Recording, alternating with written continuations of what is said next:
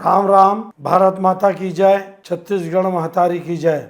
आप सभी का मेरे YouTube चैनल सत्य साक्षात्कार में हार्दिक अभिनंदन एवं स्वागत है।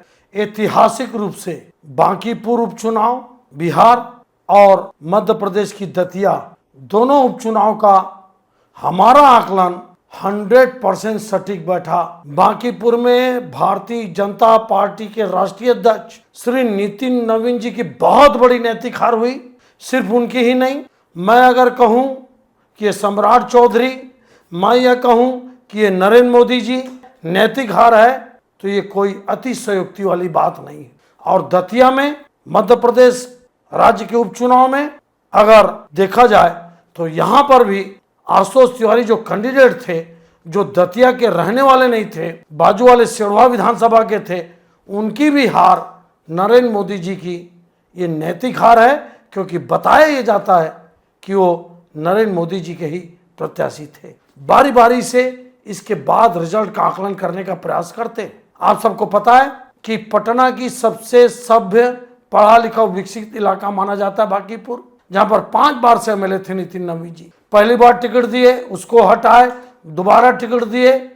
आप सब मेरा पुराने वीडियो को जरूर सुनना, जिसमें मैंने कहा था कि क्यों हार रहे हैं नितिन नवीन जी या उनका कैंडिडेट, या मोदी जी या उनका कैंडिडेट। आप सुनना, बात की स्थिति आप समझिए। अब अकेले प्रशांत किशोर जी इतना मथेंगे, क्योंकि एक पढ़ा लिखा और शानदार रणनीतिकार और लगभग बिहार को 2-3 साल पैदल घूमने वाला व्यक्ति और वाक्पटुता में माहिर, बुद्धिमान, कौशल, रणनीतिकारक जब विधानसभा में पहुंचता है तो उसकी गूंज सुनाई देगी पूरे बिहार विधानसभा में।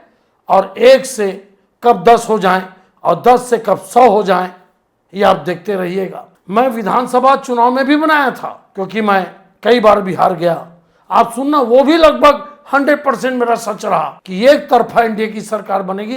कृपया आपसे निवेदन, उसको भी सुनना।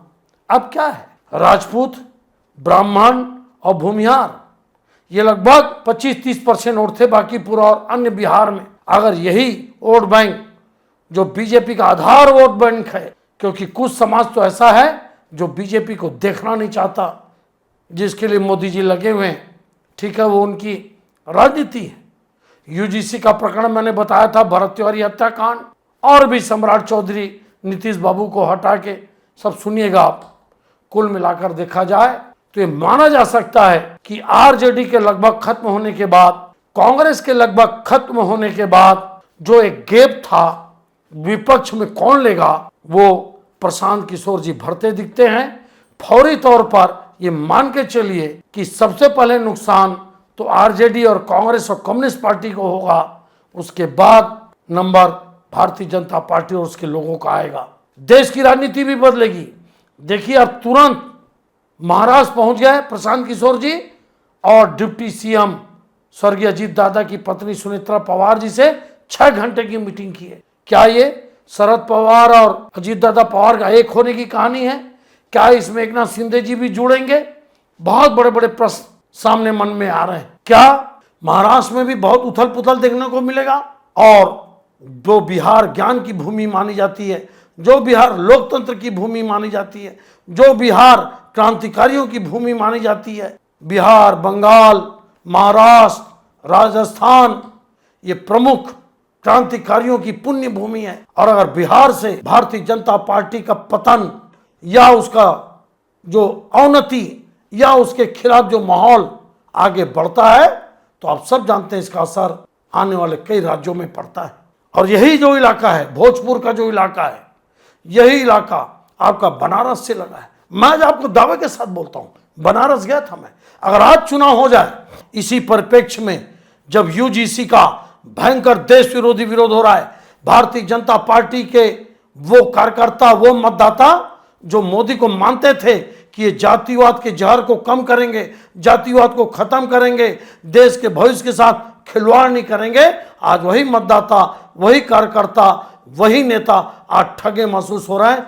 न यूजीसी का कानून, जिसके देश के लाखों करोड़ों लोग रोड पर निकल चुके हैं। अगर आज चुनाव हो जाए तो मैं दावे के साथ बोलता हूं, मोदी जी बनारस हार रहे हैं। देखिए, अब मेरा जो यूट्यूब चैनल है ना, वो सिर्फ छत्तीसगढ़ का नहीं, आप लोकसभा चुनाव को आप देख लेना। आप छत्तीसगढ़ में तो आप सबके समर्थन, सहयोग, आशीर्वाद से हमारी महारत हासिल है।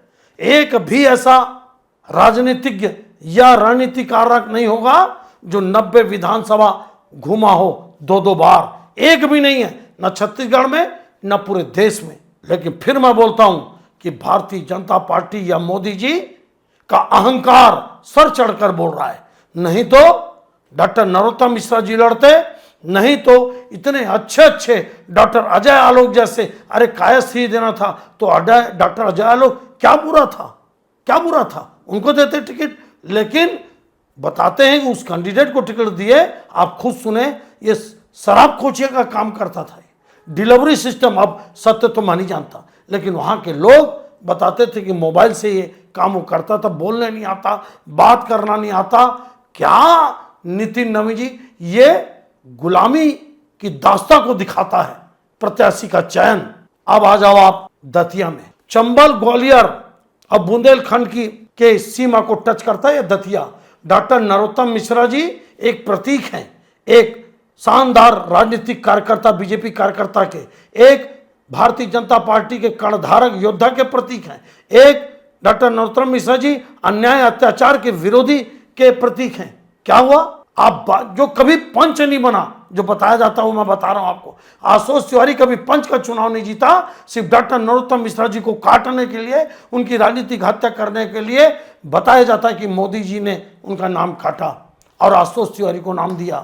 तय था कि जो आदमी उस विधानसभा का नहीं, जो आदमी उस विधानसभा में किसी को जानता नहीं, और फिर पूरे कार्यकर्ता 193 बूथ से लेकर जिला अध्यक्ष से लेकर मंडल अध्यक्ष से लेकर जिला पंचायत अध्यक्ष से लेकर जनपद अध्यक्ष से लेकर पार्षदों से लेकर उनके नगर निगम नगर पालिका के अध्यक्षों से लेकर सबने इस्तीफा दे दिया। तो आखिर चयन किस स्थिति में हुआ? मोदी जी को बताना चाहिए कि आप बोलते हैं कि अच्छे कार्यकर्ताओं को भाजपा आगे बढ़ाती है, यहां तो अच्छे कार्यकर्ताओं नेताओं को दफन किया जा रहा है। और 60 विधानसभा, ध्यान रखना आप, बुंदेलखंड, चंबल, ग्वालियर संभाग, यहां पे ऑलरेडी बीजेपी बहुत कमजोर है।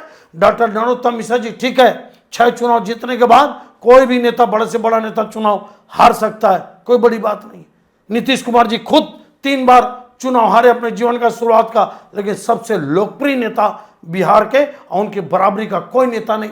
जननायक स्वर्गीय कर्पूरी ठाकुर जी भारत रत्न के बाद अगर कोई गिनती करता है बिहार की राजनीति में तो वह है नीतीश बाबू। 60 विधानसभा, 9 लोकसभा, डॉक्टर नरोत्तम मिश्रा जी का अगर प्रकोप बढ़ गया, और क्या हुआ? हारने के बाद मंडल की कार्यकारिणी, जिला की कार्यकारिणी, सब आप सब नेताओं को हटा दिए एक लाइन से। तो फिर बांकीपुर में क्यों नहीं हटाए? बांकीपुर में क्यों नहीं हटाए? नांदेड़ लोकसभा हारे विधानसभा के साथ, वहां का क्यों नहीं हटाए?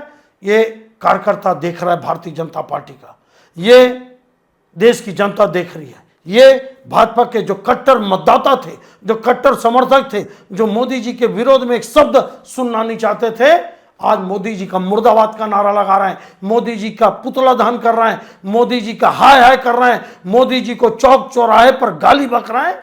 और उसका परिणाम आप देखें, जंतर मंतर क्या था? ये फेलुअर था मोदी जी का सिस्टम, बिल्कुल। जो बलात्कारी थे, जो रेपिस्ट थे, जो लड़कियों को देखने आए थे, जो लड़कियों की गाली सुनने आए थे, जो मजा लेने आए थे, हार्डकोर क्रिमिनल, उनको जंतर मंतर पर गिरफ्तार क्यों नहीं किया गया? छात्रों की बात अलग है, छात्रों को प्रदर्शन करने देना था, लेकिन जो हार्डकोर क्रिमिनल थे, कतर से, बांग्लादेश से खाना आ रहा था, आपने उन खाना पहुंचाने वालों के खिलाफ एक्शन क्यों नहीं लिया? क्या कर रहे थे मोदी जी? वहां पे चोर, उचक, बेईमान, लुटेरे, हार्डकोर क्रिमिनल को इकट्ठा होने दिया, और देश के सेना के जवानों को, पुलिस के जवानों को मार खाते देखते रहे, और ऊपर से बोलते हो कि हम केस वापस लेंगे। क्यों केस वापस लोगे? इस देश में किसी का केस वापस नहीं हुआ जिसने पुलिस पर हमला किया, जिसने बोलते पैलेट गन चला। तो क्या कश्मीर में जो देश के गद्दार थे, क्या वो स्टूडेंट नहीं थे? तो उनके ऊपर पैलेट गन क्यों चला? जो देश विरोधी नारा लगाएगा, जो सनातन को गाली बकेगा, जो भद्दी भद्दी गालियां बकेगा मां बहन बेटियों को, क्या उनके ऊपर पैलेट गन नहीं चलना चाहिए?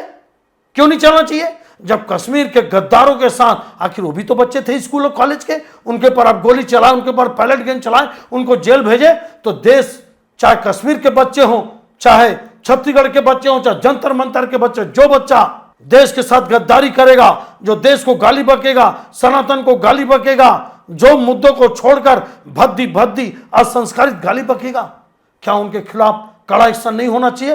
बिल्कुल होना चाहिए। सुप्रीम कोर्ट ने भी यही कहा कि जिन लोगों ने कानून अपने हाथ में लिया उनका केस वापस नहीं होना चाहिए। कुल मिलाकर देखा जाए, यूजीसी का नया कानून कार्यकर्ताओं की अवहेलना, अच्छे नेताओं को दफन करना और यूजीसी के गंदे कानून, ट्रिब्यूनल कानून के खिलाफ मोदी जी का एक शब्द ना बोलना, लाखों करोड़ों कार्यकर्ताओं का रोड में उतरना, उनसे बात ना करना, बहुत सारे ऐसे विषय हैं जिससे लगता है कि मोदी जी का ग्राफ बेहद गिर गया। और मैं दावे के साथ बोलता हूं, बनारस होके आने के बाद कि आज चुनाव हो जाए तो मोदी जी बनारस का चुनाव हार रहे हैं।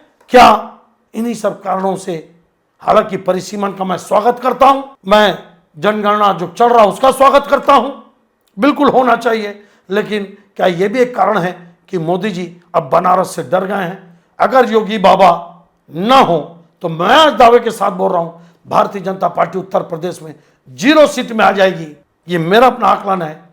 कुल मिलाकर आने वाला समय और वर्तमान समय मोदी जी और उनकी नीतियों के लिए, और ये उनका अहंकार है, मैं दावे के साथ बोलता हूं, और मिसमैनेजमेंट, गलत राजनीति और ढुलमुल रवैया, ये सब कारण है। अब आप आगे देखिए कि छत्तीसगढ़ में जो कार्यकर्ता नाराज हैं, छत्तीसगढ़ में जिस ढंग से कुछ मंत्रियों की दादागिरी चल रही है, मध्य प्रदेश का देख लिए, बिहार का आप देख लिए, और आगे देखिए। यह आकलन विश्लेषण आपको कैसा लगता है, कैसा लगा आप जरूर बताइए।